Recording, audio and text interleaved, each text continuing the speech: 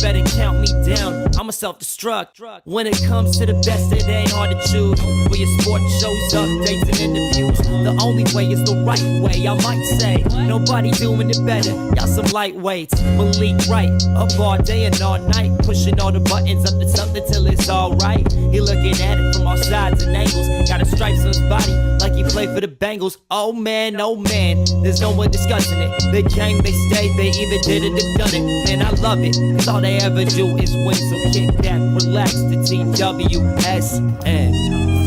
Shout out Young Swish. Thank you guys for tuning in to another episode of State of the Jungle with Malik Wright, presented by TWSN, the Right Way Sports Network. I'm your host, Malik Wright. Joined, as always, except for last week, by my co-host, Evan McPhillips, Logan Fulmer, Daniel Alameda, Jimmy on the 1 2, Marissa in the studio 2. A lot of stuff happened, a lot of stuff to get into. Before we talk about all those, make sure you guys do us a huge favor, give this video a like, subscribe to the channel, turn on post notifications so you guys don't miss when we go live or upload content. Listen, this was a huge week. And Chris Crowley, who they from New Jersey, brother. This was a huge week in Cincinnati, man. And no, I'm not talking about Lil Wayne performing at Riverbend, and I heard it blew some people's eardrums out. No, I'm not talking about Dalton Risner finally, and boys, when I say finally, I mean finally getting a visit with the Cincinnati Bengals. I'm talking about Marissa's birthday. Marissa's birthday was just this past week, and we had a great time spending it with her. Marissa, hope you enjoyed your birthday. Just want to give you a personal shout out because you helped make this show tick, getting clips up live on the Twitter account as we are live and keeping the people informed when me or Evan say anything crazy. So we greatly appreciate you. We hope that you enjoyed your 18th birthday. With all that being said, I had an interesting comment, man. Somebody was like, there's a couple comments I made. So one of the comments were, hey, this guy can't even make his own show, being sick. It's an hour-long show. Believe a lot goes into this show. A lot of hours go into the show, right? A lot of planning goes into the show. But I never want to jump on here and not give my best if I don't feel my best. But second, someone said, admittedly, I like the show better without Malik, and prefer this crew. Let me just say this right now. I think that I am lucky to have such an awesome group of teammates, and Evan and Logan and Daniel and Jimmy, everybody behind the scenes here that does the show. I just want to make sure I say that in front of the camera because this is never lost on me. In that same breath, that gentleman said, the show was better without the superstar. I don't refer to myself as a superstar. I don't think I've accomplished much in this business just yet. There's a lot more that I want to accomplish, but the fact that these three can carry the mantle and kill the show just like we do each and every single week tells you a lot about the camaraderie that we have here on the show. And I would think that going into the official year 3 of this show, I'd hope that we'd be at this point that where, it would not be any lag with or without me. You know what I mean? So just want to make sure I give you guys a shout out. Evan, you did a terrific job last week, my man. So Thanks, I appreciate you. Heard you had some controversial takes talking about Miles Murphy should be a start over Shamar Stewart. I don't know if you said those exact words, but at the end of the day, we're gonna talk about it all. I was gonna say, just maybe the guy who was exhausted by 14 snaps might not be ready to play 60 by week 1. Just that's all I'm saying. That's all I'm saying. Not that it necessarily should happen, but something we should think about. I think that when people saw Shamar Stewart this past week, I think you saw some struggles, right? You saw what it's not going to always be easy out there. It also tells you that just because you draft a guy, right, and he's a pass rusher, you're not going to just be able to replace a guy like Trey Hendrickson. We keep going back to the same conversation, right? Trey Hendrickson is a guy that's irreplaceable right now for the Cincinnati Bengals. You are not going to find a Trey Hendrickson replacement this late in the process. Hell, it's hard to find a Trey Hendrickson replacement when you have all the time in the world to prepare. It's hard to find premium pass rushers in the league. It's the reason why people are looking for premier corners. People are looking for premier pass rushers. They say you can never have enough corners. You can never have enough pass rushers. Good ones at that. Because trust me, the Bengals are showing you we could have enough pass rushers. That all being said, I'm sorry if I don't mean to offend anybody if that's a hot take. Does anybody think that the Bengals have a premium pass rusher outside of Trey Hendrickson? Raise your hand. Speak now or forever hold your peace. I would even go beyond and say premium. I would even say a quality pass rusher right now. Yeah. Respectfully. Because I don't mean to offend people or hurt feelings when I say this. None of them are proven. Myles Murphy ain't proven. Joseph Asai ain't proven. They're not. Shamar Stewart, the reason why the fan base is so excited about Shamar Stewart is because he brings something different. He's the one guy that you look at and you say, well, he's a jolt, right? He brings some juice to the pass rush department that we have not seen. Some of these guys have been on the team we have not seen tweets from reporters or guys that are inside and covering the team where they're talking about them dominating the Bengals. Viral clips of Shamar Stewart just toying around with offensive linemen for the Cincinnati Bengals. Does that say more about the offensive line, the state of it, or does it say more about Shamar Stewart? Well, I think it's a little bit of both. I think it goes hand in hand. And we're going to talk about all that. But before we get into that, again, do us a favor, give this video a like, subscribe to the channel. I want to jump in and I want to talk about the Bengals offensive line. Let's discuss that right now. The Bengals offensive line has been a topic of conversation. And guys, stop me when you heard this before. It's been a topic of conversation now for the last couple of years. Yeah. When does it no longer become a topic of conversation? Listen, I might have the answer to that. But it might be rocket science. So before I say what I need to say, Logan, let's start with you. When do you think the Bengals offensive line will stop being a topic of conversation where we can actually talk about football? Probably never. I wish there was a sign or something, but they've showed us time and time again how they value the offensive line. They value the tackles, and that's about it. When you do that, it leaves topic for conversation. It leaves room for possible upgrades. I tweeted about it the other day. It's like the Bengals yes, they are cheap, but they don't draft very well. And if you're not drafting these interior linemen very well, it's going to be hard to bring them in when you don't value them. So now, as the interior offensive line market is growing, you're just naturally pricing yourself out of that market, and you haven't been able to draft well in that area either. So there's no real sign of anything changing. They've adapted and paid multiple receivers and Joe and done these things, but I think that's about as far out as they're gonna do things. Maybe Jalen Rivers ends up being a great interior offensive lineman, which is super possible. And maybe Seth McLaughlin hits in the UDFA market and becomes a serviceable center. And now your offensive line looks pretty solid. But then again, it's just are we relying on those people with that, draft capital or UDFA stigma? It's never going to feel great. There's always feels like there's going to be room for upgrades, and it feels like it's always going to be a weak point of this team, whether we like it or not. Mm-hmm. Yeah, I think when you look at the offensive line, there's two main points I look at it. Number one, I just struggle to see how the Bengals, and I appreciate how they went out and they did the visit for Dalton. Obviously, I'm sure we're going to get into that. But the contenders in the NFL in week 4, week 7, week 8, those are the teams that are making the moves that have an obvious need, and they go out and they change it. And I think you hit the nail on the head. Number one, if you can't draft well, you're not going to win in the NFL. We'll get to the defense side of the ball, but if Dylan Fairchild doesn't hit, you have 2 major problems now. So if Dylan Fairchild hits, at least you go out and you say, hey, you drafted well for once there and you got Amarius Mims, but you have to go out and do the opposite end of, hey, you also have to attack in free agency, which they tried with Lucas Patrick. So far, hasn't worked. So what do you do? And I think that's the biggest point now is, hey, you have these options in free agency, and you have a window right now. And I keep saying this time and time again, but the Bengals should be lucky that they have Joe Burrow right now.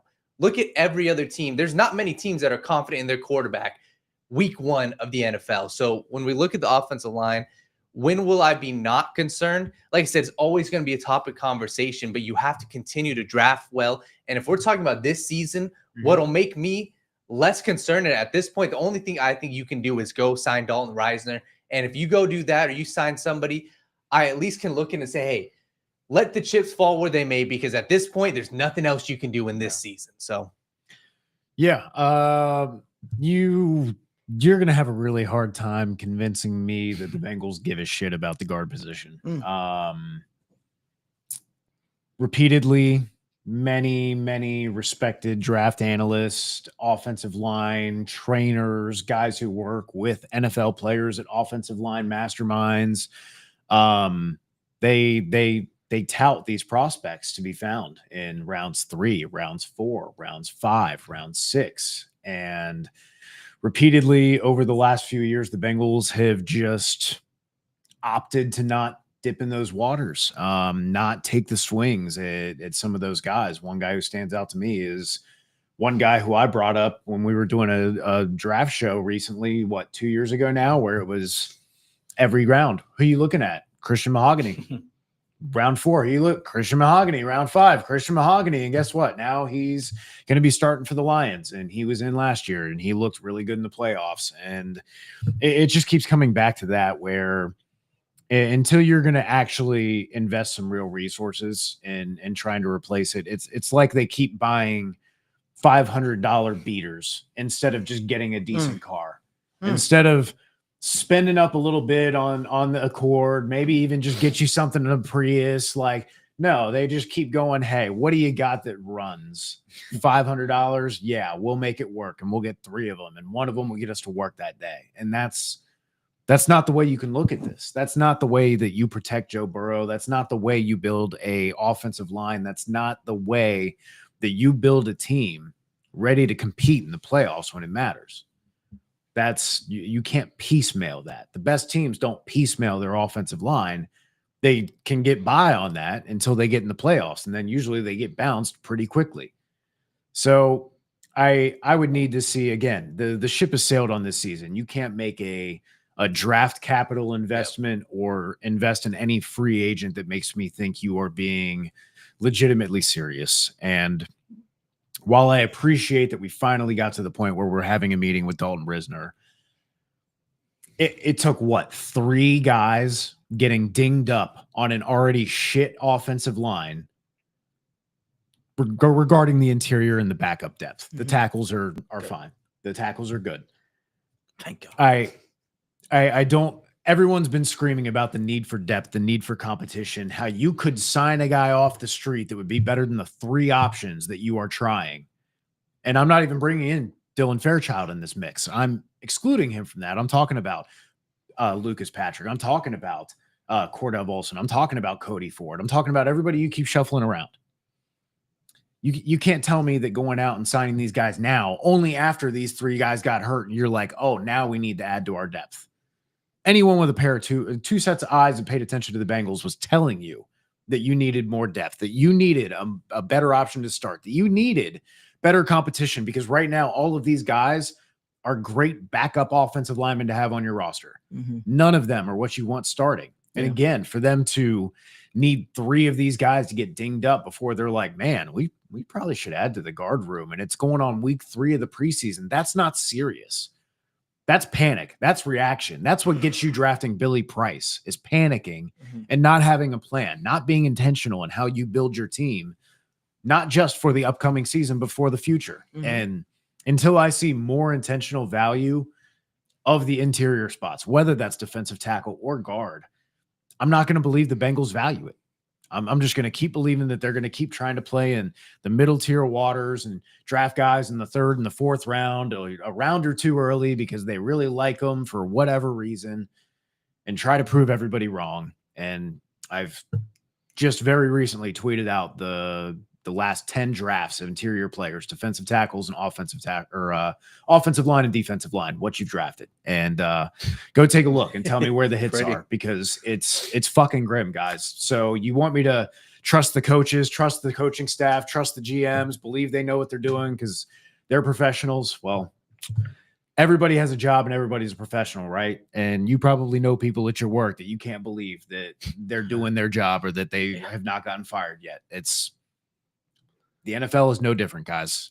We're all people. We all make mistakes, and being prideful and overvaluing your own players and believing that you're right, regardless of all the evidence to the contrary, is that can be detrimental. And I think we're starting to see the cracks of that. So beautifully put, Evan. I appreciate everybody's opinion here. One thing I want to touch on is we have to deal in reality. Okay. I think that so much in life is dealing in reality, understanding where you are, right? And that's reflection. I could see, right? I could see if Lucas Patrick was successful in other teams and stuff like that, but he hasn't been. Let's call it what it is. He hasn't been successful as a starter. And, you know, I know there were some that were saying, well, he wasn't as bad as he looked. I'm not sure if we were watching the same game because I thought he looked pretty shit. Again, But I think he looked pretty shit throughout training camp. I think he looked pretty shit last preseason game. There were moments where he did well. There were some reps that were fine as well, right? Because again, we're going to have the conversation and we're going to be very honest about it. But at the end of the day, I don't see him as a guy that you clearly are saying, hey, we want to make a long push and we're going to put him in front of protecting number 9. I just don't see that as a realistic option. This feels like a Bobby Hart-esque move. Yeah. You know how bad he is. You know what he doesn't bring, I should say, to the table, and you still make the decision. But I also think that's unfair to Scott Peters because you're asking him, Scott Peters, to develop him. You're asking Scott Peters to make it work. Are we going to act as if Scott Peters didn't have the worst offensive line in football last year with the New England Patriots? See, that's a conversation that's uncovered. But, dude, he was trained under Bill Callahan. You know who else was trained under Bill Callahan? Frank Pollock. But, dude, he knows wrestling techniques. I'll do you one better. How about Brian Callahan? Yeah. So, for me, it's like, we got to be realistic. We got to be realistic to your coach's I'm sorry. What's the word? Inability? Limitations, inability. Yeah. We have to be real about it. We got to have a real conversation about it. It's not like you're bringing in an all-world offensive line coach that's able to just get the most out of these guys in a pinch. He hasn't been able to do that. He hasn't been able to show that, right? And that's why he was one and done in New England. So for me, I think what you could do is you could provide him with better resources. You could provide Zach Taylor, who 100% is in a spot where he needs to prove himself. Understand something. What happened with Zach Taylor, I don't think anybody was paying attention to this. That happens with most coaches. Most teams will, say, you know what? Well, we're going to bring back this coach that everybody's clamoring for, even though they missed the playoffs again, even though we know how talented the team is. They usually put out a message out there saying, we still believe in this coach. That didn't happen with Zach Taylor. Usually what happens is the coordinators get let go and then the coaches to follow afterwards. That's how that happens. Zach Taylor didn't get a resounding message of, hey, we have the vote of confidence with the organization.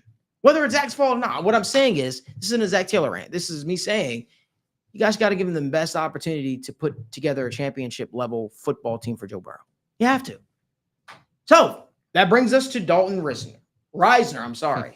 Because if I say the name wrong, people will crucify me. Should the Bengals sign Dalton Risner? Daniel, great question that you posed to the chat today. Yes, they should sign Dalton Risner. 100%. You know, they should sign Dalton Risner. They should. But as we stand here today, Wednesday, August 20th, 7:21 p.m., they have not signed who? Dalton Risner. Now, I get it. Jalen Rivers showed some flashes at guard, and I definitely think his future is probably at the guard spot. Yep. And, you know, there are people that are out there that are clamoring, they're saying, why is a guy like Dalton Risner still sitting out there? I don't know. I'm not going to act like I do know. I've asked some folks that I know around the league. I've asked folks from Denver. They said, I don't know. The guy loves football. People say it's because he yelled at a backup quarterback years ago on the sideline. Maybe that's the case. He's a bad teammate. I've never heard that anywhere else. Well, I do know last year he was dealing with a back injury. So that's why he went unsigned. And then that's why he missed, most of the first half of the season. And then he came back and he played stellar. He played great. One of the highest rated guards in football last year. But why is he routinely sitting out there? I can't answer that question for you. I just know when Dalton Risner is sitting on the football field, the proof has been in the pudding. I think he has had success. And what do you know? The Bengals reach out to him, and now you got other teams that are interested in him. You got the Seattle Seahawks. You got potentially the Pittsburgh Steelers. I talked to Dalton Risner in the DMs, and I can tell you he wants to be a Bengal. That happened earlier this summer. That's a conversation him and I had that was lengthy and it was honest. He wants to be a Cincinnati Bengal. He'd love to block for Joe Burrow. He thought he was going to be drafted by the Bengals years ago. All roads kind of come full circle. For me, I don't think Dalton Risner is a desperation move. I think you're actually lucky at this point. I'm not saying he is an all-pro guard and all like that, but what this team really, really does, they have the most true pass sets out of any team in the league. All right? Drop backs, putting their quarterback in these contentious situations where they need to drop back, have the ball in his hand long periods of time. The fact that you're getting a guy like Dalton Risner at this point is pretty. You're pretty lucky that he's still available. You're pretty lucky that he has an interest to come to Cincinnati. And I'm not, obviously he's not signed by anybody yet, so he'd be lucky to be on any team right now. But I just think for his skill set, what he does, he lacks in the run blocking game. But let's face it, the Bengals don't do a whole lot of run blocking. They don't. And let's not act like some of the guys that they have had blocking at the guard spot recently were just some maulers in the run game. They weren't. But they were guys that could get hands on guys and put a body on a guy. I don't think Dalton Risner at the starting guard spot, right guard for the Bengals. Correct me if I'm wrong, Logan, because Logan is a football coach, right? Correct me if I'm wrong. I don't think Dalton Risner's film as a guard is so atrocious that the running game will just get blown up consistently over and over. I don't see that. I don't think it's realistic. But what you like to do, you like to drop back, have the ball in Joe Burrow's hands. I think Dalton Risner is going to help the Bengals excel. Daniel, what say you? I totally agree. And there's two main points that you said. The desperation move, I agree. If they were to sign Risner, that is not a move that screams, hey, he is going to be worse than Lucas Patrick. He's going to be worse than what you had.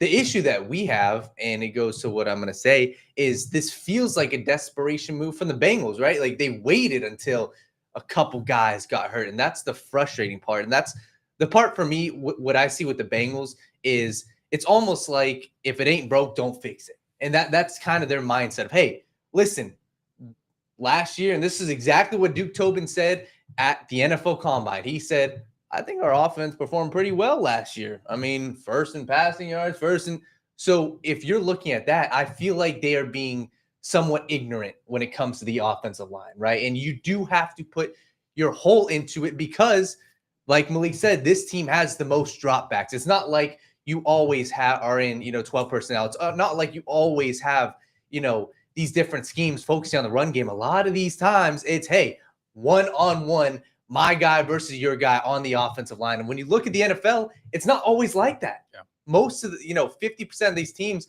always having chips in. They're always, but hey, your quarterback, that's what he's great at. So you have to do that. So I'm totally a fan of signing Dalton Risner because if I'm in Duke Tobin's shoes, if I'm in the Bengals' shoes, what is the pros and what are the cons? If you sign Risner to $1.5, $2 million deal for 1 year, and he comes out and his back gets hurt, or knock on wood, but he comes out and, hey, maybe he's just not good. Okay, you took a chance on him, but I'm willing to bet if he comes in the building, not only is he going to slide in as a backup, but I'm very confident he will end up being a starter. Wait. Can I say something real? Yeah. I want to make sure the camera's on me. Jimmy, to clear the camera on me. Dalton Risner comes in here. He ain't backing up no goddamn guard on this team. Let's just call it what it is. He's not. And if it is, it's malpractice. The only person I could even accept him backing up is a Dylan Fairchild, and that's because you saw so much from him. And we're going to get to that as well. Trust me, we're going to talk about him. But Dalton Risner will come in. I said it before, Daniel. And you remember when we did this video before. Yeah. I've done so much campaigning for this, and I've done so much just deep dives and breakdowns of what Dalton Risner would bring to the Cincinnati Bengals. Guys, it's really not rocket science. I really believe it's like when I was saying Mike Gesicki, and I had Bengals fans telling me, no, Hayden Hurst is better than Mike Gesicki. Caesar John was better than Mike Gesicki, and all these different people are saying Mike Gesicki's not. XYZ. Mike Gesicki comes to the Bengals. We know what happens, right? We are all cheering because we root for the success of the Cincinnati Bengals here. Mm-hmm. I'm telling you right now, Dalton Risner would be a guy that would make sense here in Cincinnati. You'd probably get him for pretty cheap of a deal, right? At this late in the game. And to be honest with you, he would fit in like a glove for what the Bengals like to do. Mm-hmm. It's just that simple. Yeah. It's not rocket science. It's nothing crazy. Dalton Risner would instantly upgrade. He'd be the best pass blocking guard on the Bengals right now. Day one. Yeah. Continue. Sorry. No, you're good. I was just going to say, in general, signing any guard just feels like so lazy or whatever. When it comes to Dalton Risner, it's completely different because the fit is so perfect. It's not like you're signing, some random guard just because we feel like we could use an upgrade there. No, it's everything that Daniel Malik had just said. The pass blocking experience and the pass blocking success that he has had sustained throughout his career makes the fit in Cincinnati so perfect. And this obviously isn't going to happen, but to me, it's almost to a point where you offer him a super cheap 2-year deal at the same time to a guy who hasn't, had that security in so long, offering him a super cheap 2-year deal might keep him in there. But it also gives you a solid rotational play for next year. Even if he does get hurt or fall off a little bit, like Daniel says, there's not much downside to it. And again, I know he's not really old, but I know he's dealt with his fair share of things, obviously getting older, but there's not much downside to it anymore. And I do think attracting offensive linemen in Cincinnati isn't the easiest thing to do, knowing how much we pass the ball, which is why, the 2-year deal could entice him anyway. It's so easy to, if you sign somewhere on a 1-year deal, it's a proven deal. You don't want to necessarily go somewhere where it's so easy for your stats to look worse, which it just is here with how much we throw the ball. But again, he fits so perfectly doing that. There's not much, there's not any downside to me at all in signing him. Bill Sparks from TWSN has a great comment in the comment section. And it was beautiful. You guys should really check out Bill Sparks' work that he does for us. Sparks Scouting on Twitter. He says, and I quote, he's one of the best. He is the best football mind that I know, to be honest with you. He says, Risner has a 4.6 hit rate allowed in his career. For context, Quentin Nelson, who everybody know how good Quentin Nelson is, has a 7.7 rate over his career. He pass blocks effectively and keeps his quarterback upright, which at this point is what 9 needs. Yep.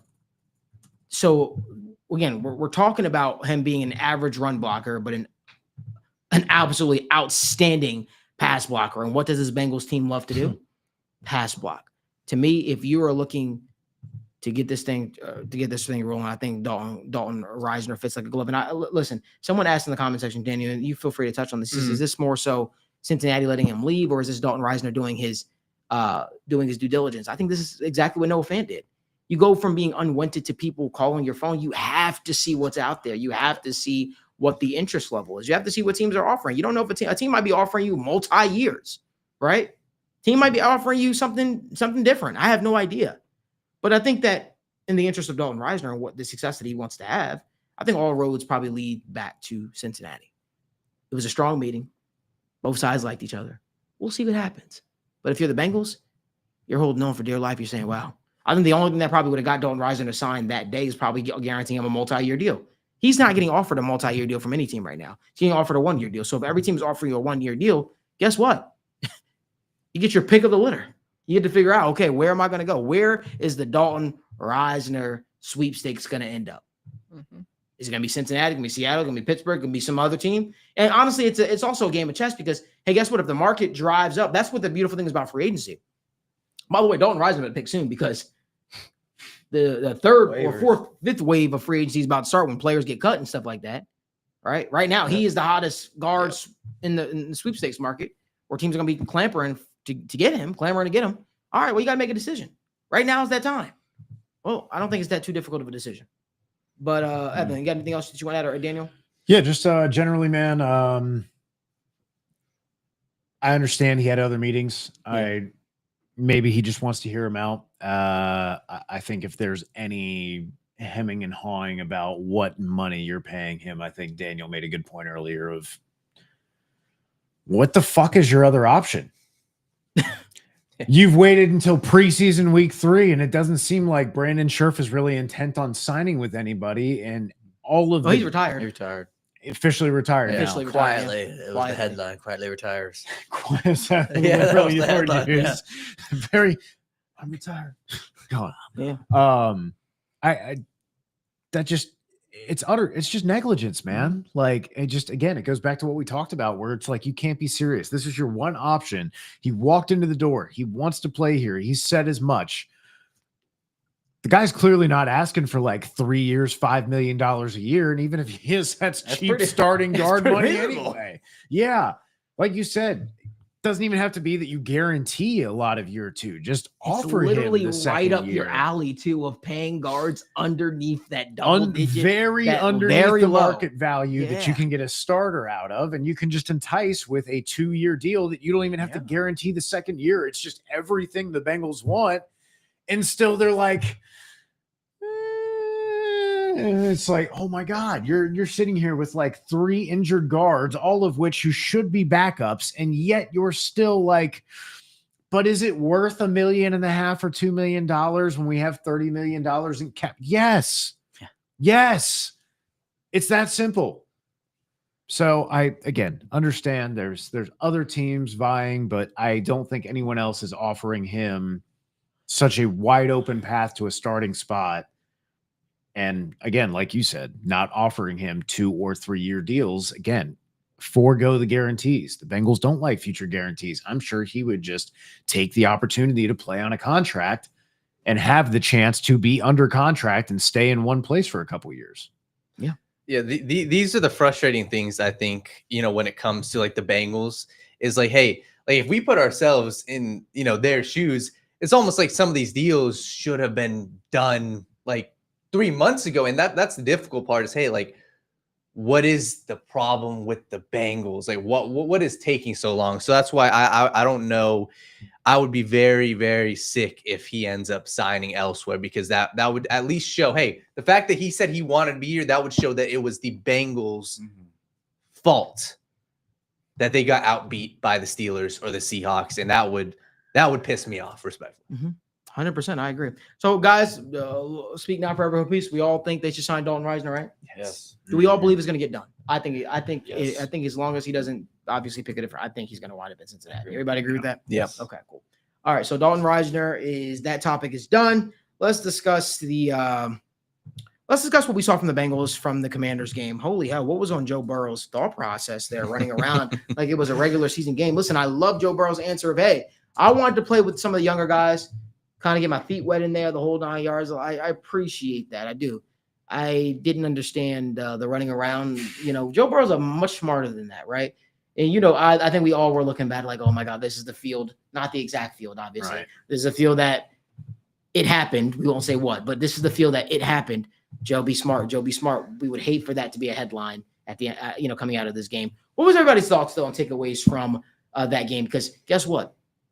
I thought outside of the beginning where Jaden Daniels and the Commanders looked great. I thought that the defense settled in.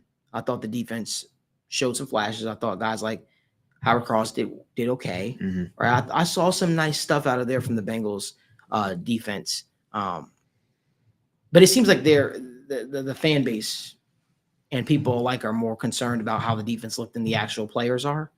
They're like, it's preseason. We're just not going to show you everything that we wanted to see. We're not going to, But it's like you could do the little things well. You could tackle well. That's not really showing much. I will say I don't know if Jordan Battle is showing us too much going into to be excited about preseason. That sucks coming from an Alabama fan. Roll Tide. Roll Tide. I'm just looking at it like I'm hoping that the safeties are the biggest question mark for me outside of obviously the pass rush. For me, I need to see more out of that unit. We'll see how it all looks when Dax Hill, Cam Taylor-Britt, DJ Turner all in there, right? And then this thing is gelling, hopefully. But overall, I thought that the Bengals defense showed some real, I don't want to say promise, but they showed some maturity out there, especially when you got down to some of the guys that are fighting for roster spots. But Evan, what say you? Yeah, man. Obviously, Mitch Tinsley stands out. Good game for him. Baby. Yeah, big game for him. Linebacker play is kind of it's gone from somewhere after the draft that we said, wow, surprising strength for the team, to who the hell is starting next to Logan Wilson? And also, does Logan Wilson look a step slow? And suddenly you're like, okay, I feel a little bit less good about linebacker than I did previously. This could be problematic. So yeah, it's going to be really interesting because you have such different styles of linebackers, so to speak, right? You've got the older let's say seasoned rookie who is definitely more of the flying around athletic run fit type, but has just been kind of out of place in some sorts and hasn't really looked great in game action, looked great in practice though. Then you've got Barrett Carter, who's more of your flying around athletic coverage type, who can also do a little bit of the blitzing and just kind of be that Swiss Army knife for you, and is a little bit undersized comparatively, but still offers you something unique that you don't necessarily have, especially in Logan Wilson. And then you have Burks, who's just the veteran linebacker, the guy you trust to be in the right spots, to fit the run properly. And it's going to be a really tough decision here because the optics shouldn't determine anything, but it's going to be really tough to put Demetrius Knight on the bench when the whole appeal of drafting this guy, of what many consensus said was a round early for the older linebacker, the idea was he's plug and play. He's savvy. He is basically a veteran. He is ready day one. Mhm. We saw it in training camp. We haven't seen it in game action. Yeah. And the problem is what matters is what happens on game day. Oh, yeah. And I'm not going to invoke anything. I'm just saying it's something that we need to be monitoring, but it is definitely a tough look for the Bengals to, yet again, like they did with Drew Sample and Jackson Carman and McKinley Jackson and every guy that they've overdrafted by a round or two because they said we know better, and it's never once yet worked out that they actually knew better than everybody else. But we were all hoping this is the time. It's way too early to write anybody off, guys. It's been 2 weeks of the preseason and a guy's rookie year. Like, we remember how Jamar Chase looked. Like, it's fine. But definitely just a situation to monitor is not the way you want to be trending for a rookie who's supposed to be starting. Well, let's talk about that for even further. Let's dig a little deeper. Do you remember the one signing the Bengals made? I raved about it a little bit because he was the highest graded linebacker via PFF. I know people hate those 3 letters. He was one of the highest rated linebackers in football and in the playoffs for the Philadelphia Eagles in Oren Burks. This is where Oren Burks gets slotted in. This is where we talk about Oren Burks and its potential to start for this Bengals defense, because Oren Burks brings in a veteran stability. But if you're the Bengals, if you're Al Golden, do you say, hey, you know what, we're going to throw Oren Burks out there? Do you say, hey, you know what, might be a little bit out of position, but Barrett Carter, you've shown like you, and this is not you writing Demetrius Knight off, but you need whoever you put in that linebacker spot next to Logan Wilson to be ready to play now. You need him to be able to be a playmaker now, because the Bengals cannot afford to have a guy out there defensively that is like, hey, you know what? We're not certain when you make a play out there. And that would really suck, right? If your second rounder was just not ready to go, that would really, really suck. But because then you look at the pass rush situation, you're like, Mike Green was sitting there in the second round. Then you start pulling your hair out for some of these other guys that have looked really good. And you're like, well, why didn't you pull the trigger on that? If Demetrius Knight because you draft Demetrius Knight with him being an older player, right? You draft him in that spot because you're like, he's going to be ready to play at the very least. He's pro ready. He's polished. But then it becomes that one question, Evan, that one thing that always lingers in the back of your head when you grab a guy that is an older statesman in college and he finally looks very dominant. Why did it take you so long to look like this against this level of competition? I always come back to, and the gap is not as big. You're not taking as big of a leap. But again, I always say, imagine that you were a high school senior playing varsity, and then all the 7th and 8th graders that were going to come to high school or like work out with the football team, you got to just scrimmage them. You got to play against them.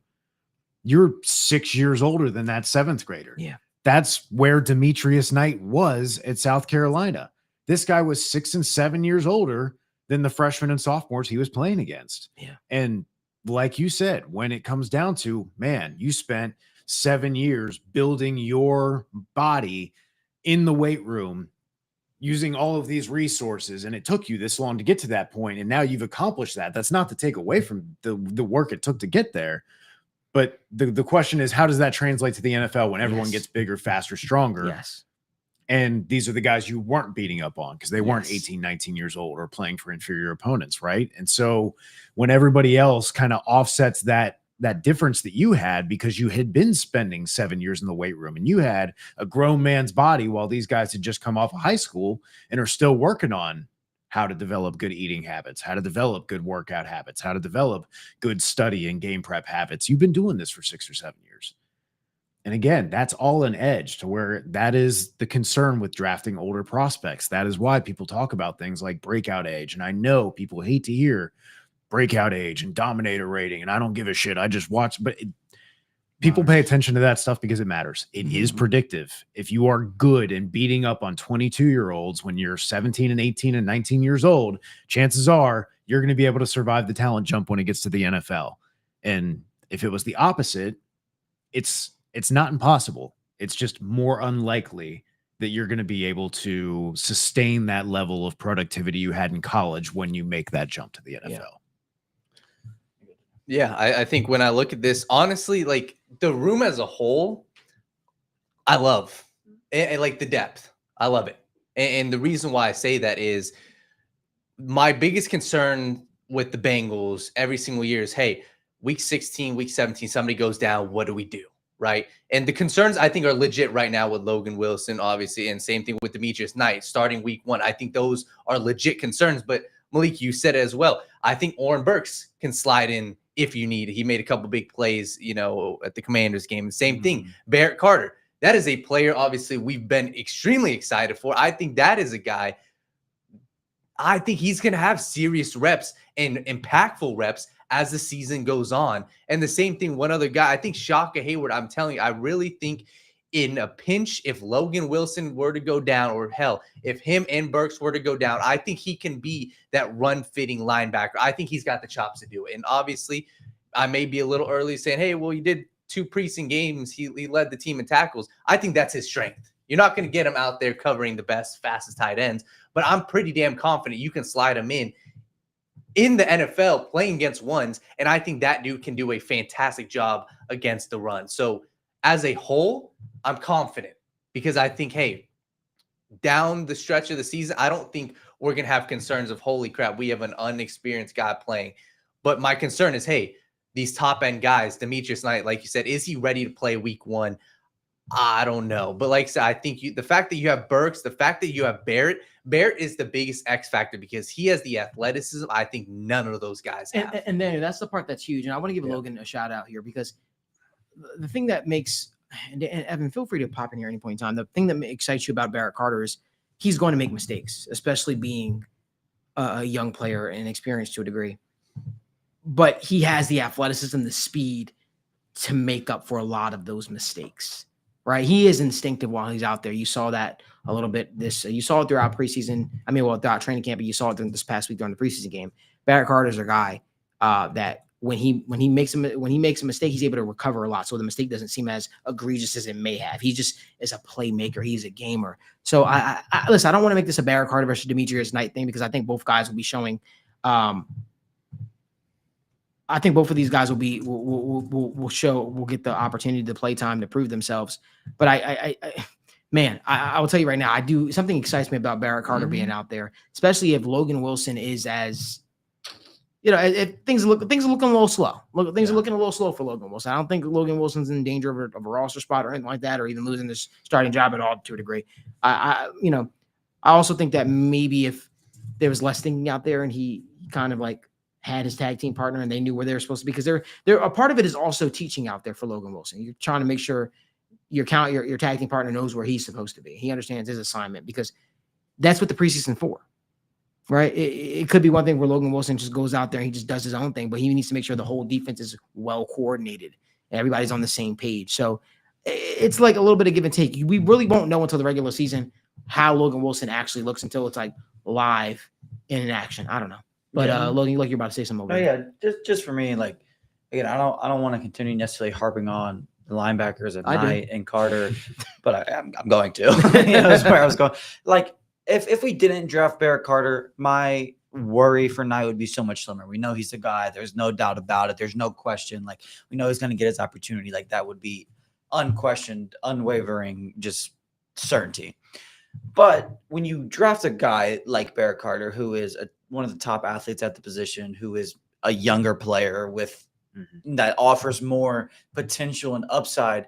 Like, you guys all know, like, I love Barrett Carter. Barrett Carter has always been a better football player to me than Demetrius Knight. He's always been a better draft prospect to me than Demetrius Knight. He's just better than Demetrius Knight to me. And that is something I have said from the get-go, from the moment we drafted. Barrett Carter was super high on my player rankings. Everything about Barrett Carter I love. So that's a frustration to me. It's like, yes, I want Knight to play. Yes, he should be the guy. But I want, it's not at that point yet. It shouldn't be at that point yet to Al Golden. But when you have a player that's younger, faster, has made more impact plays, like when is that point where it's time to have that conversation? I don't think you should be having that conversation yet. I think Knight deserves it. I do think he'll look better in the regular season, but like how early does that conversation start to come up? Yeah. You know, that's the problem. Maybe it doesn't happen until week 4 or 5, but if Barrett Carter keeps getting these opportunities, keeps making plays at night, continues to struggle, then it's like, what happens when you flip that switch if Carter then becomes, and is Knight just now useless again until somebody gets hurt? That's the frustration from the drafting standpoint from me. And when everything comes back to the drafting, where you drafted Demetrius, I think he can be a fine player. I wrote an article about as soon as we drafted both of them, how they both complement each other very, very well. Where can we find that article you wrote? TWSN. Okay. TWSN. It is on there. Again, I love the upside of them playing together. Right now, Logan Wilson and Knight don't seem to be meshing well together, but Burks and Carter are meshing phenomenally well together. Again, that could be for a number of reasons, but again, it's just maybe the complement of pieces of Knight and Wilson aren't the best. You know, maybe that's the issue. There's a lot of underlying issues, but just to me, I think I'm very excited about. Are they similar to you? Who? Demetrius Knight and Logan Wilson. I would say no, but they're starting to look a little bit similar. They look similar to me. Logan Wilson was supposed to be this more athletic guy that can hang in coverage a bit more, but he hasn't looked like that so far, and that's the issue. He hasn't, but to be fair, he hasn't looked like that the last 2 seasons. Exactly, and I think I like the idea of them playing together makes sense because again, Logan Wilson was kind of that. Not a super good coverage guy, but a guy that can do a little bit of everything. Knight's a very good downhill player, so the complementary pieces make sense. But now that Logan Wilson's looking a little slower, losing a step, that they don't complement each other as well, which is why Burks was brought in, which is why they probably drafted Barrett Carter immediately after. They just got to find that rotation. The room, I'm not worried about the room as a whole. I'm just worried about the pairing of who's on the field together as a whole. Okay, can we have an honest conversation then? Yeah. Let's talk about it. Yeah. What do you do if you're I'll go to this, Logan, we're bringing you in. You're going to be the defensive specialist to help with downs and blah, blah, blah. Some snazzy name, right? Yeah. What do you do? What are you doing? Because for me, where my mind goes is first and second down, Logan Wilson, Demetrius Knight, maybe. Obvious passing downs, I want a more athletic tandem out there. Yeah. That's where my mind goes. But where do you, because you talk a lot about the fit. You talk about who's out there. Okay. Mhm. Well, you obviously cannot put Demetrius Knight out there based on what you saw. If he continues to look like this, the next preseason game, there's no confidence to put him out there because why'd you get rid of Jermaine Pratt? Yeah. I mean, let's be real with ourselves, right? Yeah. So, like, what would you do? I think luckily for Demetrius Knight, we play the Cleveland Browns week 1, and I don't expect like a ton of passing. So it's one of those things. He's going to get a bulk of the opportunity early, and that's where he should shine. He should shine in that downhill game, coming down, making plays against the run, stuffing the box, hitting these run fits. That's where he should excel in. And then if he's immediately already, kind of looking weary in those situations, week 2 against Jacksonville, you need athletes on the field. They have so many athletes on the field. I don't want to, to me, I guess the simple bailout answer is going to depend on who you're playing. Like AFC North football, Demetrius Knight might be perfect. He might be the most perfect AFC North linebacker the world has ever seen. But if we're spying Lamar Jackson, Barrett Carter needs to be on the field probably 95% of the time. Like I need somebody who can stick with them. If we're playing Jaden Daniels, if we're playing Josh Allen, that's where Barrett Carter needs to be on the field. Like he needs to have these roles that way he can just go out there and run around and make plays. This defense, as we have all alluded to, we like Shamar Stewart because he wrecks games and he can impact the game. Honestly, like Barrett Carter has very similar things in just other ways. We've already seen him he was freaking running down the middle of the field and instinctively jumped to the middle of the field play. That's a beautiful play from him. He's making plays in the first game, jumping over the line, jumping over people to make plays. He's just playing so hard, and he can do so many things that you don't see a lot of other linebackers do. It's so hard for me to keep him on the field, and it's a little different because I've been so high on him for so long. It's not just some guy that's playing good in the preseason that was drafted after 9 for me. I've always believed Barrett Carter was better. I want Barrett Carter playing as much as possible, as I've said with Shamar Stewart. And one thing too is when we look at preseason, obviously you have to take things with a grain of salt, but the guys time and time again that end up seeing preseason translate is the guys that have major flashes. And he's had at least 2 major flashes. Obviously in the first preseason game, I remember the one play, completely blew up a play. And that is something that was routinely, you guys, shout out to you guys on the War Room show, were consistently showing, hey, this dude has made play after play. He was a 5-star athlete.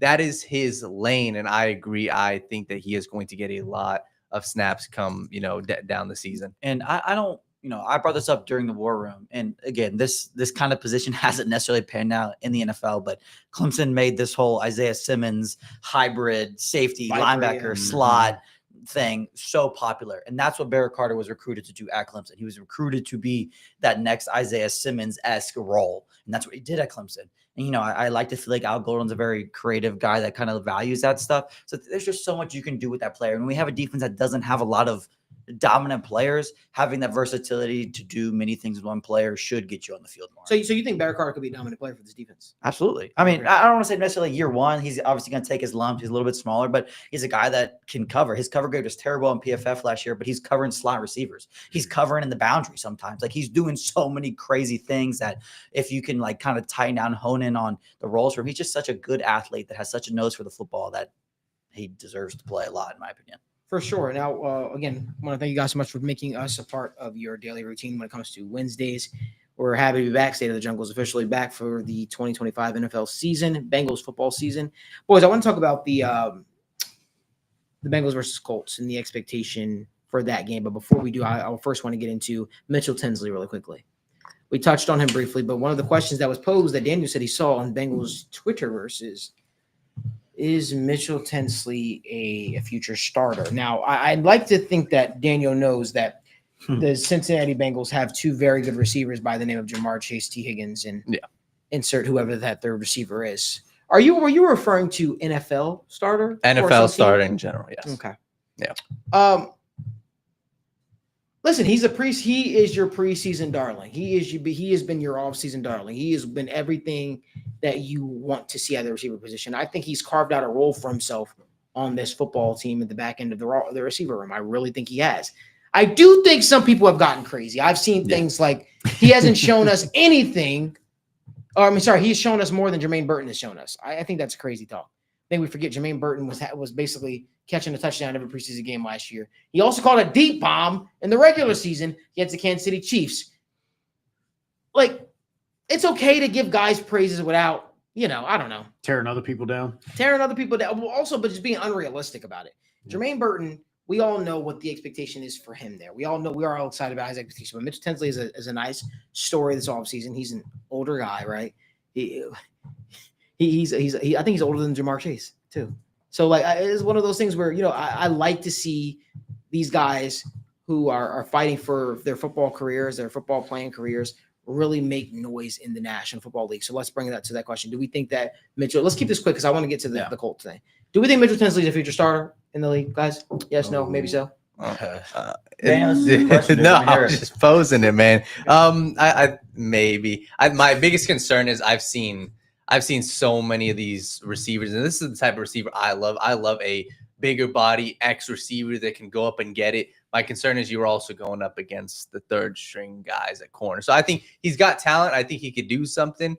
And at the end of the day, all it takes is one opportunity. So I think he could have success in the NFL. When it comes to his pathway to playing time with the Bengals, I think it is he would need a lot to happen. And I just don't see necessarily them moving on from a Yoshi in a year or them moving on from Burton for Tinsley. But I think he's got potential in the NFL at some point. The thing that interests me just with him here is it's very clear and obvious Joe Burrow sign of approval. That's a very large deal around here. And I know we are all very aware of that. But when you have Joe kind of talking about you and how you've earned his trust, that means a lot around here.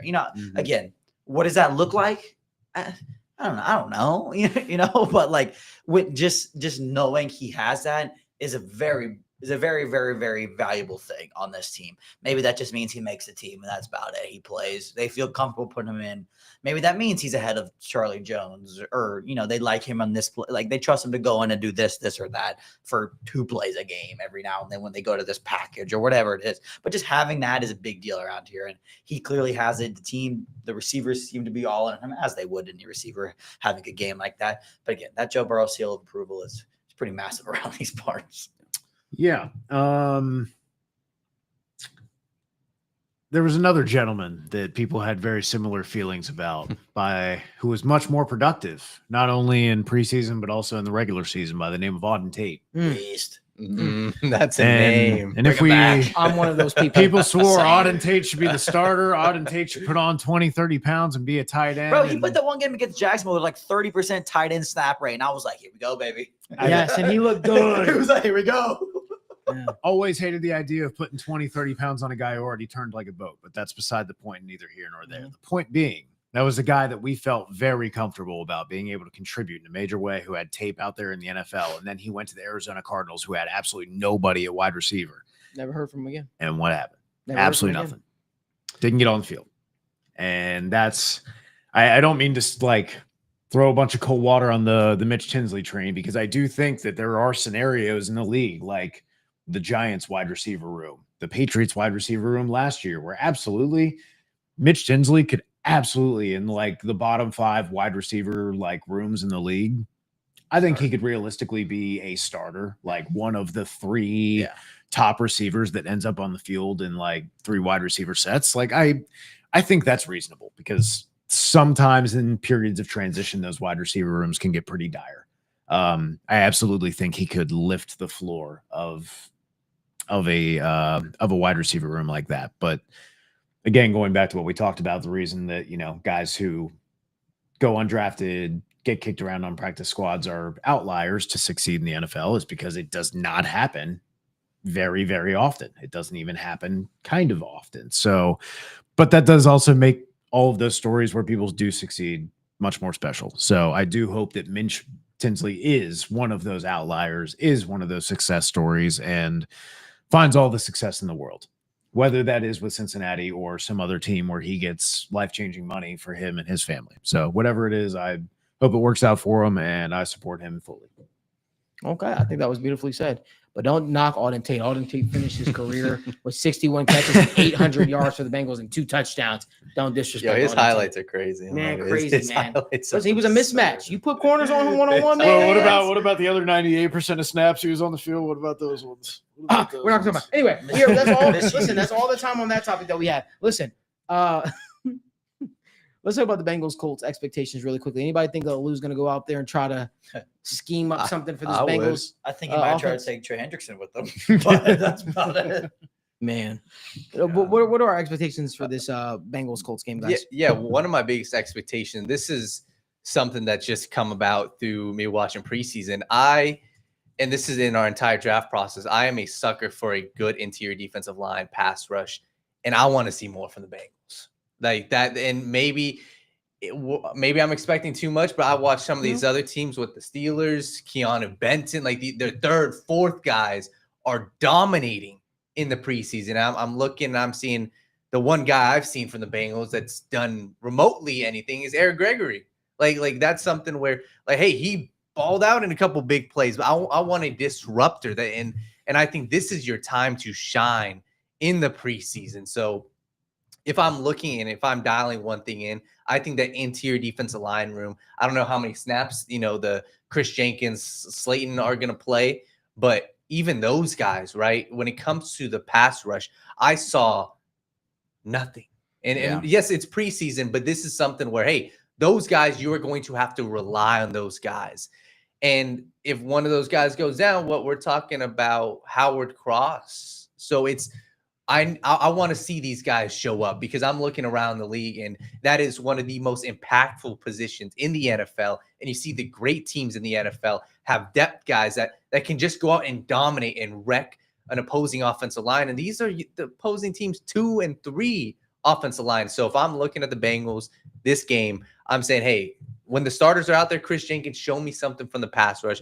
And these backup guys, you guys are playing for your career. And this is something I love watching the Hard Knocks and seeing these are the type of guys. These are the games you'll show up. So Howard Cross, Eric Gregory, go up and make a big play. And I promise you, these guys are going to get snaps in the regular season. Like they are going to play. So that's the biggest thing I'm looking at is the defensive line, but mainly, hey, I'm curious to see how this interior defensive line shakes out.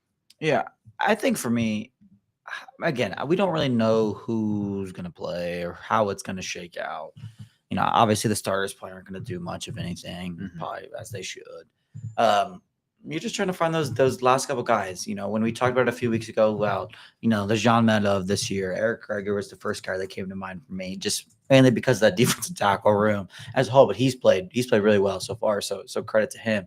But I'm still like, I don't know how many if there's any opening in the secondary, but these safeties haven't been great either. Is Tyson Anderson going to work his way into playing time?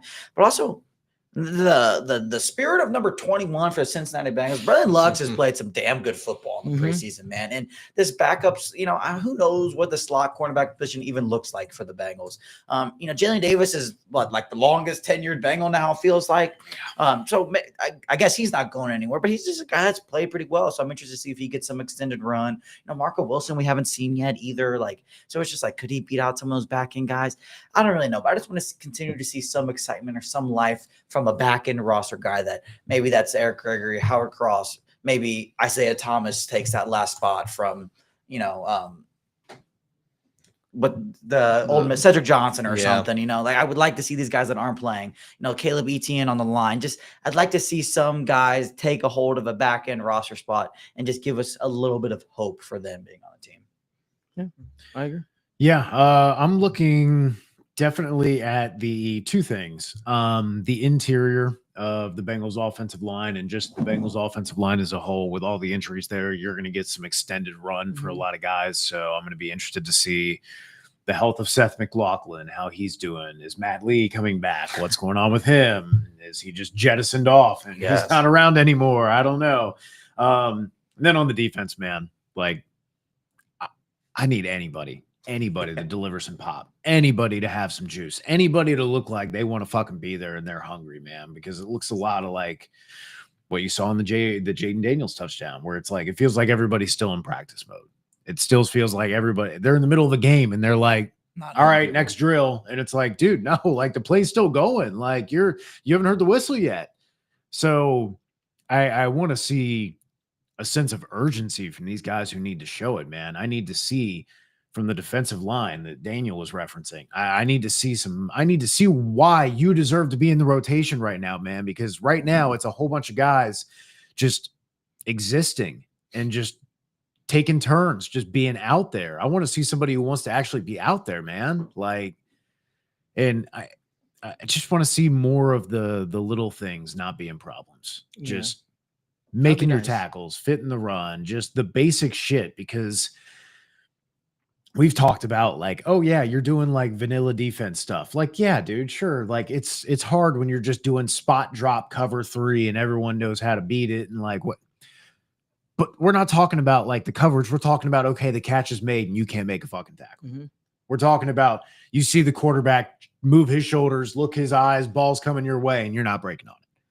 We're talking about you're going out in the flat to cover nobody because you're just supposed to be in the flat as the flat defender. Well, if there's nobody fucking there, don't go guard grass. Go find somebody. Get active. Don't run 10 yards in the wrong direction when there's nobody to guard there. That's the stuff that's infuriating to see, man, because this is the stuff that plagued the Bengals, and we were told things were too complex, right? Things were too complicated. Lou was asking too much from these guys. This is as simple as it gets. If you're saying Al Golden's scheme is going to simplify things, and we simplified things even further because we're playing preseason, okay, you literally can't get more simple than you are right now. And you are still struggling with the fundamentals. You are still struggling to execute. That's not acceptable. Mm-hmm. What have you been working on? What's that intensity been? Because if you're telling me that just being out there on the field in preseason is what's going to fix all your problems at the start of the season, I'm saying the fuck it is, dude, because I see all the problems that led to the losses and dropping games you should have won last season, making easy tackles, running the ball down, guys not making it to the sideline in time, and a guy gets an extra 5-10 yards first down. That's the shit they got to get rid of right now, because that is going to be pervasive in the regular season. Those problems don't just go away when you say, hey, it's week 1, it's time to turn it on. Mm-hmm. This ain't a team of veterans. This is a team of average, at best, on the defense. They need to figure it out. They need to play like they want to be there. They need to play like they want their spot, because anybody can have their spot taken on that defense. And I firmly believe that. Man, you cooked there. Listen, I don't really know what to say necessarily what I'm looking for, because they're saying everything's so vanilla right now. I could tell you what I like to look for. I like to see some consistency amongst the offensive line, the interior specifically, and I like to see consistency with the pass rush. I want to see someone step up, not named the player that's not playing yet for us, which is Trey Hendrickson. Questions get answered this next week and a half. Listen, this is the point where we need players to show up, where we need the Bengals to figure out if they're going to add Dalton Risner. We need to figure out if they're going to extend Trey Hendrickson or entertain a trade or whatever the case may be. But you don't want to be going into the season with a bunch of question marks. Listen, the one thing I'm looking for above all else is health. I want to see health. I want to see these players exit healthy. And I think that's the only things that we can hope for, that we can look for. With that all being said, Daniel, I want to get to a couple questions before we head out of here. Before we do, though, make sure you guys do us a huge favor. Give this video a like, subscribe to the channel, and turn on post notifications so you guys never miss when we go live or when we upload content from TWSN Studios. Remember, we greatly appreciate that you're making the State of the Jungle a part of your daily routine each and every single Wednesday. Sooner or later, the morning show will be returning to, for the first week of the season. We're really, really excited about that as well. So we hope that you guys join us for that. But Daniel, floor is yours. We'll get to a couple of these questions. Our guy, Travis Schwaller, he said, curious if any trades will be made for the Bengals. Do you guys think that there's an opportunity for trades, or that they would consider any veteran safety signings like a Justin Simmons? Because, I mean, it seems like there's a bunch of trades happening right now. Sky Moore just got traded to the 49ers. So you guys think that the Bengals make any moves besides a Dalton Risner, obviously? I just don't know what they have to offer for like a swap. Like, somebody wants to take Tanner Hudson, maybe, I guess. Somehow the price for Trey Hendrickson has gone up to where, like, before it was like, maybe we get a first rounder, and now it's like, oh, we want a first rounder and a starting defensive player who's young and talented. And it's like, all right, well, I guess now, like, yeah, you're going to make a trade. Let's say, So I'm saying, like, I don't know. I mean, pick whatever player you want. They're available for a 7th round pick. Are they not going to sit there and go, well, we want a 5th round pick back from you too? Exactly. No. I mean, maybe like I said, if like Braylon Lux or one of these people beat out, like Jalen Davis or like a DJ Ivy of the world, which I don't necessarily expect to happen, but like maybe those fringe guys become available and you can trade them for something. But it just comes to a point, if you're not trading for essentially a near starting level DT or offensive lineman, then there ain't much point into it. Right. We get a question from our guy, Rage Al Ghul. He said, guys, how was 97 Shamar Stewart on Monday? I saw him get like no pressures and getting stood up a lot. What's your guys' thoughts on Shamar? That's how he's going to look a lot. That's and when he's not dominating, that's probably how he's going to look. The 5 or 6 times he looks like the best player on the Logan, field. were you actually being realistic about your evaluations and not just being a hater? I thought you were just being a hater. No, man. No, like, he wasn't guys, great. Don't. When this happens in week 4 and then week 5 and then week 6, like there's going to be a stretch where like Shamar has like 2 or 3 weeks where it's just not a lot of sacks, not a lot of pressures. And that's going to be fine. And people shouldn't be hard on him in that instance. They shouldn't be calling him a bust and saying he's ass and all this shit, because that was the billing. That was the billing coming out, is not that he was this ready-made polished product. He wasn't Nick Skirton. He was a guy with a lot of athleticism that still needed to figure out how to use it and still figure out all of the football IQ things and aspects of the game and having a finer understanding of that. And that is okay. Jamar Chase said himself, that was one thing he didn't know coming out, was how to read coverages and figure out what the defense was in. He was running his routes and just reading leverage out there. And now he plays in the slot a lot of times because he's put in the work to do all that. So like, again, Shamar is much similar to Jamar was, where you are this incredible athlete, this incredible specimen, and you have this ability that you can use to succeed. But when he disappears for spots, people shouldn't be overly harsh on him. And that shouldn't be, it would be unfair to expect just utter consistency from him. Like, yes, he's a very talented prospect, but there are going to be growing pains. And just like people shouldn't get too high off of one week where, he might get a good sack and then Trey traces, another guy into him and he gets another sack. And then everybody's like, here's the breakout game. And it's like, okay, like we'll dial it back there. And then when he goes 2 or 3 weeks without getting a pressure or sack, then we'll be like, hey, where'd he go? That's okay. Like we knew this was coming. Everybody calm down. We don't need to call him a Hall of Famer. We don't need to call him a bust. Just give the young man a chance. Let him develop, and that's going to be part of the journey. That's what the Bengals signed up for. So I like Shamar. I think he should be heavily involved, but I also think we should temper our expectations of what his production actually looks like. I agree. We had Disco Potato. He said, this was early on in the show. Do you guys think if the Bengals were to start out slow, and he gave a number, he said 1-4, do you think they would consider firing Zach Taylor early in the season, or do you guys think he would last until the end of the season? You'd have to consider it. Will they do it? It's a completely other question, a different question. But I mean, if you lose the Cleveland week 1, the competition probably already starts then. Because our first 4 weeks are what? Cleveland, Jacksonville, Minnesota, and somebody else. But like, it's not like those are the best teams in the league. You know what I mean? It's not like Minnesota, Denver. And then Denver's a good team, but really good team. But I mean, it'd have to be in consideration. I agree. We had a couple comments about the cornerbacks. What is you guys' confidence level on Dax, Cam Taylor-Britt, and the rest of the cornerback room? Oh man, that's a tough one. I'm not gonna lie to you. I feel better about Cam Taylor-Britt. If you had no injury, I would say Dax. Yeah. If we said no injury, I'd say Dax. But coming back from all of that, I'm always I try to be realistic and temper my expectations for anyone coming off a major injury, because that's tough. Yeah. And Cheeto looked different after coming off the ACL injury. that's so many, dude. It's hard not to, man, Yeah. because if you're just not utilizing one of your limbs or your muscle groups for 4, 6, 7 months, it is so difficult to build all that muscle back and then get balanced. Like when people have like a lot of the soft tissue hamstring injuries, like a lot of times people will overtrain one side. And so they'll be overcompensating, and that causes a strain of those ligaments. If you think about it from that perspective, when it's ACLs, coming back from Achilles, coming back from anything like that, you can do the rehab, but it takes a while to try and get all of that balance back and redistribute how you're kind of applying that force and that power that you're putting on your body. I think all the time about receivers with turf toe, man. Like you are full on sprinting and slamming your feet into the ground, dude. That shit hurts. Like, so I try, especially at the team or the positions where explosion is really important. Wide receiver, corner, free safety, those athletic positions that really rely on your quickness and your change of direction.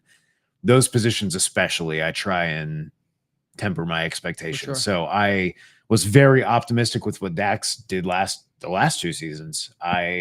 We've been talking forever about moving him into the slot, and even Cam Taylor-Britt sometimes. Like I think he profiles excellent there. I hope he's really healthy, because I think he has a really good opportunity to shine. For sure. Well, listen, guys, we want to thank you guys so much for tuning in to another episode of State of the Jungle, presented by the Right Way Sports Network, TWSN. I'm your host again, Malik Wright. Make sure you guys do us a huge favor, give this video a like, subscribe to the channel, and turn on post notifications so you guys don't miss when we go live or upload content. We'll be live every single Wednesday at 7 p.m., same crew, same time, same crazy shenanigans. The season is almost here, almost underway, and I'll be doing live post-game recap shows that I've done for the last 2 years. And can't wait to break it all down with you guys. So again, we appreciate you guys for tuning in this Wednesday. We're hoping for a healthy, happy Bengals final preseason game against the Indianapolis Colts. And listen, we'll see you guys next time on State of the Jungle. And until next time,